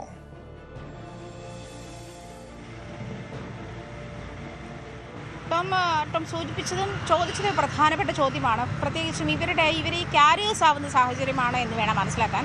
ഇത് ആരാണ് ഇത് വിപണനം നടത്തുന്നത്, ആരിലേക്ക് എത്തുന്നു എന്നുള്ള ചോദ്യത്തെക്കാൾ കൂടുതൽ എവിടെ നിന്നാണ്, ഇതിൻ്റെ സോഴ്സ് എന്താണ് എന്നുള്ളത് ഒരു പ്രധാനപ്പെട്ട കാര്യമാണ്. കാരണം കഴിഞ്ഞ ആഴ്ചയിൽ ഈ പറയുന്ന 18 കോടിയുടെ ഹൈബ്രിഡ് കഞ്ചാവ് പിടികൂടുമ്പോഴും 1.5 കിലോ കഞ്ചാവുമായിട്ടാണ് ഈ പ്രതി പുറത്ത് ഉണ്ടായിരുന്നത്. അതിനുശേഷം ആ കഞ്ചാവ് പിടികൂടിയ ശേഷമാണ് പിന്നീട് 16 കിലോ കഞ്ചാവ് അദ്ദേഹം താമസിക്കുന്ന ഫ്ലാറ്റിൽ, അതും ബുദ്ധിപൂർവമായ നീക്കമാണ്. പോലീസുകാർ താമസിക്കുന്ന ഫ്ലാറ്റ് വാടകയ്ക്കെടുത്ത് അവിടെ താമസിക്കുന്നത്, പ്രത്യേകിച്ച് പരിശോധനകളൊന്നും ഉണ്ടാകില്ല എന്നുള്ള പ്രതീക്ഷയിലാണ് അവിടെ താമസിക്കുന്നു. അതിലേക്ക് പിന്നീടാണ് ഈ പോലീസ് ചോദ്യം ചെയ്ത ശേഷമാണ് ഇത്തരം വിവരത്തിലേക്ക് എത്തുന്നത്. അങ്ങനെ ഇത് എവിടെ നിന്ന് വന്നു എന്നുള്ള അന്വേഷണം പോലീസ് വ്യാപിപ്പിച്ചിട്ടുണ്ട് എന്ന് വേണം മനസ്സിലാക്കാൻ. പക്ഷേ ലഹരി ഉപയോഗിക്കുന്ന ആളുകളെ പിടികൂടുന്ന ഒരു നീക്കത്തിലേക്ക് ഇതുവരെ കടന്നിട്ടില്ല എന്നാണ് വേണം മനസ്സിലാക്കാൻ. അതേസമയം ലഹരി കൈവശം വയ്ക്കുകയോ അതുപോലെ കൈമാറ്റം ചെയ്യുകയോ വിപണനം നടത്തുകയോ ചെയ്യുന്ന ആളുകളിലേക്ക് കൂടുതൽ ഈ ഡാൻസർ സംഘം ശ്രദ്ധ കേന്ദ്രീകരിച്ചിട്ടുണ്ട് എന്ന് വേണം പറയാൻ. ഒരു പക്ഷേ ടോം സൂചിപ്പിച്ചതുപോലെ ഒരു വശത്തു നിന്നും ഇതിങ്ങനെ ഇതിൻ്റെ സോഴ്സിലേക്ക് എത്താനുള്ള നീക്കമായിരിക്കാം പോലീസിൻ്റെ ഭാഗത്തു നിന്നുണ്ടായത്. എന്തായാലും അഭിനന്ദനാർഹമായ നീക്കമാണ് ഡാൻസാഫിൻ്റെ ഭാഗത്തു നിന്നും ഉണ്ടാകുന്നത് എന്നുള്ള കാര്യം പറയാതെ വയ്യ. കാരണം ഈ ഓപ്പറേഷൻ തൂഫാൻ്റെ ഭാഗമായിട്ട് പ്രത്യേക സംഘത്തെ രൂപീകരിച്ചിട്ടുണ്ട്. അവരൊക്കെ രാത്രിയിൽ ഇത്തരം പരിശോധനകളിൽ വ്യാപൃതരാണ്. അതുമായി ബന്ധപ്പെട്ടുള്ള റിസൾട്ട് പുറത്തു വരുന്നുണ്ട് അങ്ങനെ വേണം പറയാൻ. കാരണം ഈ ഏറ്റവും കൂടുതൽ തന്നെ ലഹരി വസ്തുക്കൾ പിടിച്ചെടുത്തതും കൊച്ചിയിൽ തന്നെയാണ്, എറണാകുളത്ത് തന്നെയാണ് എന്നുള്ള കാര്യവും മനസ്സിലാക്കണം. അതുകൊണ്ട് തന്നെ ഈ വലിയ ഒരു പരിശോധന കൊച്ചിയിൽ നടക്കുന്നുണ്ട്. കൊച്ചിയിലെ അവർക്ക് സംശയം തോന്നുന്ന ആളുകളെയും അല്ലെങ്കിൽ രഹസ്യവിവരത്തിൽ ലഭിക്കുന്നതിൻ്റെ അടിസ്ഥാനത്തിലുമൊക്കെ ഇത്തരം പരിശോധനകൾ ശക്തമാക്കിയിട്ടുണ്ട്. എന്തായാലും പോലീസ് ഈ ഓപ്പറേഷൻ തൂഫാൻ നാർക്കോഹണ്ടിൻ്റെ ഭാഗമായിട്ടുള്ള പരിശോധന വരും ദിവസങ്ങളിൽ ശക്തമാക്കുമെന്നാണ് മനസ്സിലാക്കാൻ കഴിയുന്നത് കേട്ടോ.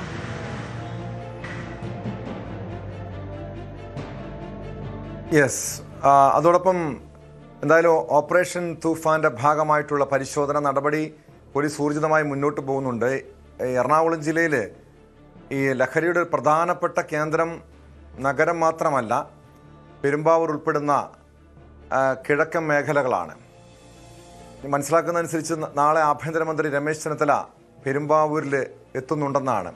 പ്രത്യേകിച്ചും കഴിഞ്ഞ ദിവസങ്ങളിൽ പെരുമ്പാവൂര് ഇതര സംസ്ഥാന തൊഴിലാളികളുടെ ക്യാമ്പുകളിലടക്കം പോലീസിൻ്റെ മിന്നൽ പരിശോധന ഉണ്ടായിരുന്നു. നിരവധി പേർ പിടിയിലായിരുന്നു.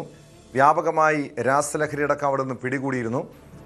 നാളെ നേരിട്ട് മന്ത്രി എത്തുമ്പോൾ സ്വാഭാവികമായി കൃത്യമായൊരു സൂചനയല്ലേ ഇതുപോലുള്ള ലഹരി സംഘങ്ങൾക്കെതിരെ, അത് ഇതര സംസ്ഥാനക്കാർ കേരളത്തിലേക്ക് അവർ വരുമ്പോൾ വ്യാപകമായി ലഹരി കൊണ്ടുവരുന്നുണ്ട്. ലഹരിയുടെ ഒരു പ്രധാന വിതരണക്കാരായി ഇതര സംസ്ഥാനക്കാർ മാറുന്നു. ഒരു ശക്തമായ നടപടി ഉണ്ടാകും എന്ന സൂചന കൂടിയല്ലേ മന്ത്രിയുടെ നേരിട്ടുള്ള സന്ദർശനത്തിലൂടെ മനസ്സിലാക്കേണ്ടത്?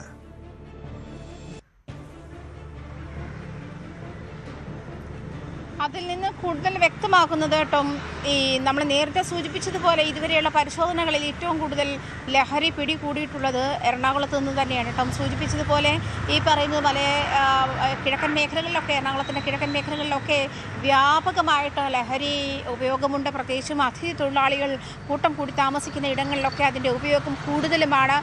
ഈ 16 കിലോ കഞ്ചാവ് പിടികൂടി, 18 കിലോ കഞ്ചാവ് പിടികൂടി എന്ന് പറയുന്നത് തന്നെ ആലുവ റൂറലിൻ്റെ പരിധിയിലാണ്. ഈ ആലുവ റൂറൽ എസ് പിയുടെ നേതൃത്വത്തിലൊരു സംഘവും കൊച്ചി സിറ്റി പോലീസ് കമ്മീഷണറുടെ നേതൃത്വത്തിൽ മറ്റൊരു സംഘവുമാണ് ഇത്തരം പരിശോധനകളുമായി മുന്നോട്ട് നീങ്ങുന്നത്. അപ്പോൾ അത്തരത്തിലുള്ള പരിശോധന ആലുവ റൂറലിൻ്റെ നേതൃത്വത്തിൽ അത്തരത്തിലുള്ള പരിശോധന വ്യാപകമായി നടക്കുന്നുണ്ട്. അതേസമയം തന്നെ ടോം ഇപ്പോൾ സൂചിപ്പിച്ചതുപോലെ ആഭ്യന്തരമന്ത്രി നാളെ കഴിഞ്ഞ ആഴ്ച ഇവിടെ ഓപ്പറേഷൻ തുഫാന്റെ ജില്ലാതല ഉദ്ഘാടനം സെൻട്രൽ ഹോസ്റ്റലിൽ വെച്ച് നടത്തിയിരുന്നതാണ്. ആ സമയത്തും കൊച്ചിയിൽ വെച്ച് ഇനാഗുറേഷൻ നടക്കുന്ന സമയത്തും മന്ത്രി പറഞ്ഞത് ഇതുമായി ബന്ധപ്പെട്ടുള്ള, അതായത് ലഹരിയുടെ അടിവേരറക്കുക എന്നുള്ളതാണ് സർക്കാരിൻ്റെ ലക്ഷ്യം. അതിനുള്ള നീക്കങ്ങൾ ഉണ്ടായിരിക്കും. അതിനായി പ്രത്യേക ടീമിനെ നിയോഗിച്ചിട്ടുണ്ട്, പ്രത്യേക സംവിധാനങ്ങൾ ഒരുക്കിയിട്ടുണ്ട്. അത്തരത്തിലുള്ള ശക്തമായ നീക്കത്തിലേക്ക് തന്നെയാണ് സംസ്ഥാന സർക്കാരിൻ്റെ നീക്കം എന്ന് വേണം മനസ്സിലാക്കാൻ. അതുപോലെ തന്നെ ഈ ഇതര സംസ്ഥാന തൊഴിലാളികൾ താമസിക്കുന്ന ഇടങ്ങളിലേക്ക്, ആലുവയിലൊക്കെ നമുക്കറിയാം, വ്യക്തമാണ്. എന്തായാലും നേരിട്ട് ആഭ്യന്തരമന്ത്രി തന്നെ എത്തുകയാണ് ഈ ലഹരിയുടെ പ്രധാനപ്പെട്ട കേന്ദ്രങ്ങളിലേക്ക്. ലഹരി മാഫിയക്കെതിരെ കൃത്യമായ സൂചന പോലീസ് നൽകുന്നു. ഒരു കാരണവശാലും വിട്ടുവീഴ്ചയില്ല. പ്രധാനികളിലേക്കടക്കം അന്വേഷണം നീങ്ങുന്നുണ്ട്. എറണാകുളം ജില്ല കഴിഞ്ഞാൽ ഏറ്റവും കൂടുതൽ ലഹരി വേട്ട നടക്കുന്നത് മലപ്പുറത്താണ്. മലപ്പുറം അരീക്കോട് വൻ രാസലഹരി വേട്ടയാണ് നടന്നത്. വീട്ടിൽ സൂക്ഷിച്ച 250 ഗ്രാം MDMA-യും 5 ലക്ഷം രൂപയും പിടികൂടി. മുണ്ടംപറമ്പ് സ്വദേശി അബ്ദുൽ നാസറാണ് അറസ്റ്റിലായത്. ലഹരിക്കടത്തിന് ഉപയോഗിച്ച കാറും ഇയാളിൽ നിന്നും പിടിച്ചെടുത്തിട്ടുണ്ട്. പൂക്കോട്ടുംപാളത്തും വൻ ലഹരി വേട്ട നടന്നു. മാർക്കറ്റിൽ 2 ലക്ഷത്തിലധികം രൂപ വില വരുന്ന 60 ഗ്രാം MDMA-യുമായാണ് 3 യുവാക്കൾ കസ്റ്റഡിയിലായത്. ഇവരുടെ പക്കൽ നിന്നും ഒരു എയർ പിസ്റ്റളും പോലീസ് കണ്ടെടുത്തു. മമ്പാട് സ്വദേശി സിറാജ്, കരിപ്പൂർ സ്വദേശി മുഹമ്മദ് റാഷിദ്, പുൽപ്പറ്റ സ്വദേശി മുഖായേൽ എന്നിവരാണ് പിടിയിലായത്. CV അനുമോദ് ചേരുന്നുണ്ട്. അനുമോദ്, തുടർച്ചയായ ദിവസങ്ങളിൽ മലപ്പുറത്ത് പോലീസിൻ്റെ ലഹരി വേട്ട നടക്കുന്നുണ്ട്. ഓപ്പറേഷൻ തൂഫാൻ ഏറ്റവും ശക്തമായി ആഞ്ഞു വീശുന്ന ജില്ല കൂടിയാണ്. ഇന്ന് എത്ര പേരാണ് ഈ കേസുമായി ബന്ധപ്പെട്ട് പോലീസിൻ്റെ വലയിലായത്?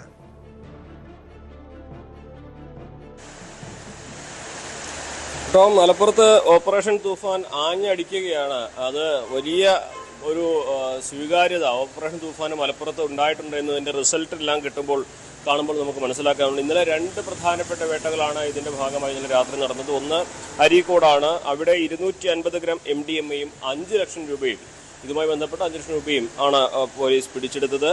മുണ്ടംപറമ്പ് സ്വദേശി അബ്ദുൽ നാസറാണ് പിടിയിലായത്. ഇയാൾ കാറിൽ കറങ്ങി നടന്ന് ലഹരി മരുന്ന് ചില്ലറയായിട്ട് വിൽക്കുന്ന ഇടപാട് നടത്തുന്ന ആളാണ്. അയാളുടെ കൈവശം ആദ്യം പരിശോധനയിൽ 4 ഗ്രാം MDMA-യാണ് ഈ വാഹനത്തിൽ കറങ്ങി നടന്ന് വിൽക്കുമ്പോൾ പോലീസ് പരിശോധന നടത്തി പിടികൂടിയത്. തുടർന്ന് ഇയാളെ ചോദ്യം ചെയ്തതിൻ്റെ അടിസ്ഥാനത്തിൽ ഇയാളുടെ വീട്ടിൽ വ്യാപക പരിശോധന നടത്തിയതിലാണ് 250 ഗ്രാം MDMA-യും 5 ലക്ഷം രൂപയും ഡിജിറ്റൽ ത്രാസും വിദേശ കറൻസിയും എല്ലാം തന്നെ പോലീസ് പിടികൂടുന്നത്. വലിയൊരു വേട്ടയാണ് അരീക്കോട് ഡാൻസ് ഓഫും സംഘവും കഴിഞ്ഞ ദിവസം നടത്തിയിട്ടുള്ളത്. കാരണം 250 ഗ്രാം എന്ന് പറഞ്ഞാൽ അത് വലിയൊരു ക്വാണ്ടിറ്റിയാണ് MDMA സംബന്ധിച്ച്. പലയിടത്തും 1 ഗ്രാം 2 ഗ്രാമൊക്കെ കൈവശം വയ്ക്കുമ്പോൾ തന്നെ പോലീസ് കർശന നടപടിയെടുക്കുന്ന സമയത്താണ് 250 ഗ്രാം MDMA അവിടെ അത് പിടികൂടുന്നത്. ഇത് വലിയ ഒരു ക്വാണ്ടിറ്റി ആയതുകൊണ്ട് തന്നെ ഇയാൾ മൊത്ത വിതരണക്കാരനാണ് എന്ന് പോലീസ് മനസ്സിലാക്കിയിട്ടുണ്ട്. ഇയാൾക്ക് എവിടെ നിന്നാണ് ഈ ലഹരി വരുന്നത്, എവിടുന്ന് കൊണ്ടുവരുന്നു എന്നുള്ളതും പോലീസ് അന്വേഷിക്കുന്നുണ്ട്. ഒപ്പം ഇയാളെ ചോദ്യം ചെയ്തതിൻ്റെ അടിസ്ഥാനത്തിൽ ചെറുകിട വിതരണക്കാരെ കൂടുതൽ കണ്ടെത്താനുള്ള ശ്രമങ്ങളും പോലീസിൻ്റെ ഭാഗത്തു നിന്നും നടക്കുന്നുണ്ട്. അതുപോലെ തന്നെ പൂക്കോട്ടുപാടം മലപ്പുറം ജില്ലയുടെ കിഴക്കൻ മലയോര മേഖലയാണ്. അവിടെ നടത്തിയ പരിശോധനയിൽ 60 ഗ്രാം MDMA-യാണ് പിടികൂടിയത്. 4 യുവാക്കളാണ് അതിൽ അറസ്റ്റിലായിട്ടുള്ളത്. ഇവരുടെ പക്കൽ എയർ പിസ്റ്റളും ഉണ്ടായിരുന്നു. നേരത്തെ പറഞ്ഞതുപോലെ തന്നെ മലയോര മേഖലയായതുകൊണ്ട് തന്നെ അവിടെ ഈ ലഹരിയുടെ വ്യാപനം വലിയ തോതിൽ തന്നെ നടക്കുന്ന വിവരങ്ങൾ, പ്രത്യേകിച്ച് പോലീസിൻ്റെയൊക്കെ കണ്ണെത്താത്ത ഒരുപാട് ഇടങ്ങൾ അവിടെയൊക്കെ ഉണ്ട്. ആ മേഖല കേന്ദ്രീകരിച്ചൊക്കെ ഇത്തരം ലഹരി കച്ചവടം നടക്കുന്നുവെന്ന റിപ്പോർട്ടുകൾ ഉണ്ടായിരുന്നു. അപ്പോൾ ആ റിപ്പോർട്ടുകളുടെ അടിസ്ഥാനത്തിൽ പോലീസ് നടത്തിയ അന്വേഷണത്തിലാണ് 4 പേർ പിടിയിലായത്. ഇവർ ബാംഗ്ലൂരിൽ നിന്ന് കേരളത്തിലേക്ക് രാസലഹരി കടത്തുന്ന സംഘത്തിലെ മുഖ്യ കണ്ണികളാണ് എന്നതുകൂടി വളരെ പ്രധാനപ്പെട്ട ഒരു കാര്യമാണ്. എന്താണെങ്കിലും ഓപ്പറേഷൻ തൂഫാനിൽ ഇതുവരെ വലിയ തോതിൽ തന്നെ പോലീസിൻ്റെ ഭാഗത്ത് അറസ്റ്റിനാണ്. നമുക്ക് ജൂൺ 30 വരെയുള്ളൊരു കണക്ക് പ്രകാരം 498 കേസുകൾ ഇതിനകം പോലീസ് മലപ്പുറം ജില്ലയിലാകെ രജിസ്റ്റർ ചെയ്തിട്ടുണ്ട്. 599 പേരെ അറസ്റ്റ് ചെയ്തിരിക്കുന്നു. 58 പേരെയാണ് അതിൽ റിമാൻഡ് ചെയ്തിരിക്കുന്നത്. ഏറ്റവും കേട്ടാൽ ഞെട്ടുന്ന കണക്ക് പിടികൂടിയ MDMA അളവാണ്. 1056 ഗ്രാം MDMA ആണ് ജൂൺ 30 വരേക്ക് മലപ്പുറം ജില്ലയിൽ നിന്ന് പിടികൂടിയിട്ടുള്ളത്. അത് 1 കിലോയിലേറെ MDMA, കഞ്ചാവ് 24 കിലോയിലേറെ, മെത്താഫെറ്റമിൻ 2.15 ഗ്രാം, അതുപോലെ brown sugar 334 gram, hashish oil 33 gram, അങ്ങനെ 28 കഞ്ചാവ് ചെടികൾ. അങ്ങനെ വലിയ തോതിൽ തന്നെ ഈ ഓപ്പറേഷൻ തൂഫാൻ മലപ്പുറം ജില്ലയിൽ ആഞ്ഞടിക്കുമ്പോൾ ലഹരി കടത്തുകാർ മാത്രമല്ല കോടികൾ വിലമതിക്കുന്ന ലഹരി വസ്തുക്കൾ ഒരു ജില്ലയിൽ നിന്ന് മാത്രം ഈ ദിവസങ്ങൾക്കിടെ, ചെറിയ ദിവസങ്ങൾക്കിടെ പോലീസ് പിടികൂടുന്നു എന്നതാണ് ഏറെ ഞെട്ടിപ്പിക്കുന്ന ഒരു കണക്ക് തന്നെ. ഈ കേസിൽ പോലീസിന്റെ തുടർ നടപടികൾ എങ്ങനെയാണ്? കാരണം നിരവധി ആളുകൾ പിടിയിലായിട്ടുണ്ട്. അതിൽ റിമാൻഡ് ചെയ്തിരിക്കുന്നത് കുറച്ച് ആളുകളെ മാത്രം, 50-ൽ താഴെ ആളുകളെ മാത്രമാണ്. പക്ഷേ ഇങ്ങനെ നേരത്തെ തന്നെ ഇതുമായി ബന്ധപ്പെട്ട് ഈ ഓപ്പറേഷൻ തൂഫാനിൽ പിടികൂടുന്നവർക്കെതിരെ കടുത്ത നടപടികൾ സ്വീകരിക്കണം എന്നൊരു നിർദ്ദേശം കൂടി പുറത്തു വന്നിരുന്നു. അവരുടെ സാമ്പത്തിക ഉറവിടം അടക്കം പരിശോധിക്കണമെന്ന്, അതല്ലെങ്കിൽ അവരെ കാപ്പ ചുമത്തി ജയിലിലടയ്ക്കുന്ന നടപടികൾ, അങ്ങനെ കർശനമായ ഒരു നടപടികൾ, അല്ലെങ്കിൽ ഇതൊക്കെ ജാമ്യം ലഭിക്കാവുന്ന കുറ്റമാണ്. ചെറിയ അളവിലുള്ള ലഹരിയാണ് ചിലരിൽ നിന്നും പിടികൂടുന്നത്. പക്ഷെ ഒരു കടുത്ത നടപടിയിലേക്ക് നീങ്ങുന്ന ഒരു സാഹചര്യം കൂടി പോലീസിന്റെ ഭാഗത്തുനിന്നുണ്ടാകേണ്ടതല്ലേ? തീർച്ചയായും ടോം, ഇതിൽ പിടികൂടിയ ആളുകളുടെ കണക്ക് അതിൽ തന്നെ കൃത്യമായിട്ട് പറയുന്നത് 58 പേരാണ് റിമാൻഡ് ചെയ്തിരിക്കുന്നത്. അതായത് ആകെ അറസ്റ്റ് ചെയ്തത് 558 പേര്. ബാക്കിയുള്ളവരെയൊക്കെ ജാമ്യത്തിൽ വിടാവുന്ന വകുപ്പുകളോ അത്രയും കുറഞ്ഞ ക്വാണ്ടിറ്റി ആയിരിക്കാം. അതിൽ കഞ്ചാവുണ്ടാകാം, മറ്റ് ലഹരി വസ്തുക്കളുണ്ടാകാം. എന്താണെങ്കിലും ഇതിൽ ഏറ്റവും പ്രധാനപ്പെട്ടത് ഈ കേസുകളുടെ തുടരന്വേഷണം എന്നുള്ളതാണ്. പലപ്പോഴും ഒരു ലഹരി കേസ് പിടിക്കുമ്പോൾ അതിൽ പിടികൂടിയവരെ റിമാൻഡ് ചെയ്യുന്നതോടെ അന്വേഷണം അവസാനിക്കുന്ന ഒരു പതിവ് മുൻകാലങ്ങളിൽ ഉണ്ടായിരുന്നു. അതെല്ലാം മറികടന്ന് ഈ ലഹരി എവിടെ നിന്ന് എവിടേക്ക് എത്തുന്നു എന്നത് പോലീസ് അന്വേഷിക്കുന്നു. അതായത് ഇവരൊരു കാരിയേഴ്സ് ആണെങ്കിൽ ഇവർക്ക് ആരാണ് ലഹരി നൽകുന്നത്, മൊത്ത വിതരണക്കാരാര്, ഇവരിൽ നിന്ന് ചില്ലറ വിതരണക്കാരായി ആരെല്ലാം ഇത് വാങ്ങുന്നു, ആ ചില്ലറ വിതരണക്കാരനെയും മൊത്ത വിതരണക്കാരെയും ഒരേപോലെ തന്നെ കണ്ടെത്താനുള്ള ശ്രമങ്ങളാണ് പോലീസിന്റെ ഭാഗത്തുണ്ടാകുന്നത്. ഇത്രയും വലിയൊരു ക്വാണ്ടിറ്റി MDMA മലപ്പുറം ജില്ലയിൽ കഴിഞ്ഞ ഒരു മാസത്തിനിടെ പോലീസ് പിടിച്ചെടുത്തിട്ടുണ്ടെങ്കിൽ അതിലുമധികം MDMAയും മറ്റ് ലഹരി വസ്തുക്കളും ജില്ലയിൽ ആളുകൾക്കിടയിലേക്ക് എത്തിയിട്ടുണ്ടാകുമെന്ന കാര്യത്തിൽ യാതൊരു സംശയവുമില്ല. അതുകൊണ്ട് തന്നെ ഈ ഓപ്പറേഷൻ തൂഫാൻ ഇപ്പോഴത്തെ വീര്യത്തിലും അപ്പുറം ആഞ്ഞടിച്ചാൽ മാത്രമേ ഈ ലഹരി എന്ന മഹാവിപത്തിനെ നമുക്ക് മറികടക്കാനാകൂ എന്ന കാര്യത്തിൽ സംശയമില്ല. പോലീസിനെ സംബന്ധിച്ചും മറ്റ് ഡിപ്പാർട്ട്മെൻറ്റുകളെ സംബന്ധിച്ചും കൂട്ടായിട്ട് തന്നെ ഇത് മുന്നോട്ട് കൊണ്ടുപോകേണ്ട ഒരു സാഹചര്യം. മലപ്പുറം പോലത്തെ വലിയൊരു ജില്ലയാണ്. ഇവിടെ ഓടിയെത്തുക എളുപ്പമല്ല. മലയോരം മുതൽ തീരദേശം വരെ പരന്ന് കിടക്കുന്ന വിവിധ ഭൂപ്രകൃതിയുള്ള ഒരു ജില്ലയാണ്. അപ്പോൾ ഇവിടെ ഇത്രയും അധികം ലഹരി വസ്തുക്കൾ പിടികൂടിയിട്ടുണ്ടെങ്കിൽ ഇതിലുമധികം ഇനിയും പിടികൂടാനുണ്ട് എന്ന കാര്യത്തിൽ സംശയമില്ല. എന്നാണെങ്കിലും പോലീസിന്റെ ഭാഗത്തു നിന്നും മൊത്ത വിതരണക്കാരെയും ചില്ലറ വിതരണക്കാരനെയും ഒക്കെ കണ്ടെത്താനുള്ള ശ്രമങ്ങളാണ് ഇപ്പോൾ ഈ അറസ്റ്റുകളെ തുടർന്ന് നടക്കുന്നത്. ടോം, വ്യക്തമാണ്. CV അനുമോദാണ് വിവരങ്ങൾ നൽകിയത്. എന്തായാലും മലപ്പുറത്ത് കടുത്ത നടപടിയിലേക്ക് പോലീസ് നീങ്ങുന്നു. കൂടുതൽ ലഹരി സംഘങ്ങൾ ഓരോ ദിവസവും പോലീസിന്റെ പിടിയിലാവുകയാണ്. കാസർഗോഡ് തായന്നൂരിലെ CPM ലോക്കൽ കമ്മിറ്റി ഓഫീസ് ആക്രമിച്ച കേസിൽ 2 BJP പ്രവർത്തകർ അറസ്റ്റിൽ. എണ്ണപ്പാറ സ്വദേശി വിശാൽ ബാബു, പറക്കളായി സ്വദേശി അഭിനവ് എന്നിവരെയാണ് അമ്പലത്തല പോലീസ് അറസ്റ്റ് ചെയ്തത്. ബുധനാഴ്ച പുലർച്ചെയാണ് ഓഫീസിന്റെ ജനൽ ചില്ലുകളും കൊടിമരങ്ങളും തകർത്തത്. വിവരങ്ങളുമായി KB ബൈജു ചേരുന്നുണ്ട്. ബൈജു, അങ്ങനെ വലിയ സമാധാനത്തോടെ പോയിക്കൊണ്ടിരുന്ന ഒരു സ്ഥലത്താണ് ഇത്തരമൊരു അനിഷ്ട സംഭവം ഉണ്ടായത്. ഈ CPM ലോക്കൽ കമ്മിറ്റി ഓഫീസിന് നേരെ BJP പ്രവർത്തകർ ആക്രമണം നടത്താനുള്ള കാരണം എന്താണ്? പ്രകോപന കാരണം എന്താണ്? ടോമെ, ഇതിൽ പ്രത്യേകിച്ച് ഒരു കാരണവുമില്ലാതെയാണ് ഇത്തരത്തിൽ ഒരു ആക്രമണം ഉണ്ടായെന്നാണ് പോലീസ് പറയുന്നത്. അതായത് 2 പേരാണ് ഇപ്പോൾ ഇതിൽ അറസ്റ്റിലായിരിക്കുന്നത്. അതായത് എണ്ണപ്പാറ സ്വദേശി വിശാൽ, അതോടൊപ്പം പറക്കളായി തോടിക്കലിലെ TK അഭിനവ്. ഇതിൽ ഈ വിശാലിന് കൈക്ക് ഗുരുതരമായി പരിക്കേറ്റിരുന്നു. അതായത് ഈ ജനറൽ ഗ്ലാസ് തകർക്കുന്ന സമയത്ത് അതിന്റെ ചീട് തെറിച്ച് ഗുരുതരമായി പരിക്കേറ്റിരുന്നു. അങ്ങനെ കാഞ്ഞങ്ങാട്ടെ ഒരു ആശുപത്രിയിൽ പ്രവേശിപ്പിച്ചെങ്കിലും അവിടെ നിന്നും ഇത് ഗുരുതരാവസ്ഥയിൽ ഉണ്ടെന്ന് ബോധ്യപ്പെടുത്തിയതിന് പരിയാരം മെഡിക്കൽ കോളേജിലേക്ക് പ്രവേശിപ്പിക്കായിരുന്നു. അങ്ങനെ ആണ് ഈ കേസിൽ വലിയ തുമ്പുണ്ടായത്. അതോടൊപ്പം ഈ ഒരു CCTV ദൃശ്യം, രണ്ടുപേരും സ്കൂട്ടറിൽ യാത്ര ചെയ്യുന്ന CCTV ദൃശ്യം ലഭിച്ചിരുന്നു. ആ ദൃശ്യത്തിൽ നിന്നും നാട്ടുകാരാണ് ഇവരെ തിരിച്ചറിഞ്ഞത്. പിന്നീട് ഇയാളുടെ വീട്ടിൽ, ഈ പ്രതിയുടെ വീട്ടിലെത്തി അന്വേഷിച്ചപ്പോൾ ഇയാൾ പരിയാരം മെഡിക്കൽ കോളേജ് ആശുപത്രിയിൽ ചികിത്സയിലുണ്ടെന്ന വിവരം ലഭിക്കുകയും വളരെ പെട്ടെന്ന് തന്നെ പോലീസ് അവരെ പിടികൂടുകയും. അത് കഴിഞ്ഞ ദിവസം നമ്മൾ റിപ്പോർട്ട് ചെയ്തിരുന്നു. ഇത്തരത്തിലൊരു സംശയമുണ്ട് എന്ന കാര്യത്തിൽ കഴിഞ്ഞ ദിവസം റിപ്പോർട്ട് ചെയ്തിരുന്നു. അത് ശരിവെക്കുന്ന രീതിയിൽ തന്നെയാണ് കാര്യം. അതായത് ഈ ആക്രമണം നടത്തുന്ന സമയത്ത് ഇയാൾക്ക് പരിക്ക് പറ്റി. ആ പരിക്കിനെ തുടർന്ന് ഇയാൾ ചികിത്സ തേടി. ആ ചികിത്സ എടുക്കുന്ന സമയത്ത് അവിടെ നിന്നും അറസ്റ്റ് ചെയ്തു. ഇത് മറ്റൊരു പ്രധാനപ്പെട്ട തെളിവായത് ഈ രക്തക്കറ കണ്ടെത്തിയിരുന്നു ഈ സംഭവ സ്ഥലത്ത് നിന്നും. അതും ഈ കേസിൽ നിർണായക തെളിവായി മാറി. എന്തായാലും ടോം തുടക്കത്തിൽ ചോദിച്ചതുപോലെ ഇതിൽ എന്തെങ്കിലും ഒരു പ്രത്യേക കാരണം ഈ പ്രദേശത്ത് രാഷ്ട്രീയ സംഘർഷമോ അങ്ങനത്തെ അത്തരത്തിൽ സംഘർഷങ്ങളോ ഒന്നും തന്നെ ഇല്ല. ഒരു നാട്ടിലെ സമാധാന അന്തരീക്ഷം തകർക്കുക എന്ന ലക്ഷ്യത്തോടു കൂടി മാത്രം പ്രകോപനമൊന്നും ഇല്ലാതെ നടത്തിയ ഒരു ആക്രമണം എന്നാണ് പോലീസ് പറയുന്നത്. എന്തായാലും പോലീസ് ഇതിൽ കൂടുതൽ അന്വേഷണം നടത്തുമെന്നും പറയുന്നുണ്ട്. ഇവർ യാത്ര ചെയ്തിരുന്ന, സഞ്ചരിച്ചിരുന്ന സ്കൂട്ടറും പോലീസ് ഇപ്പോൾ കസ്റ്റഡിയിൽ എടുത്തിട്ടുണ്ട്. ടോം.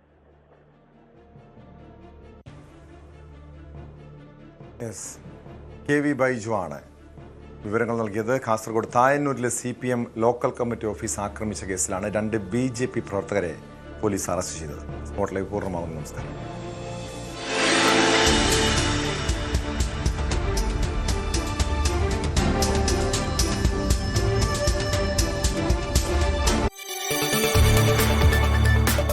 കൂടുതൽ വാർത്തകൾക്ക് News 18 Keralam YouTube channel subscribe ചെയ്യുക.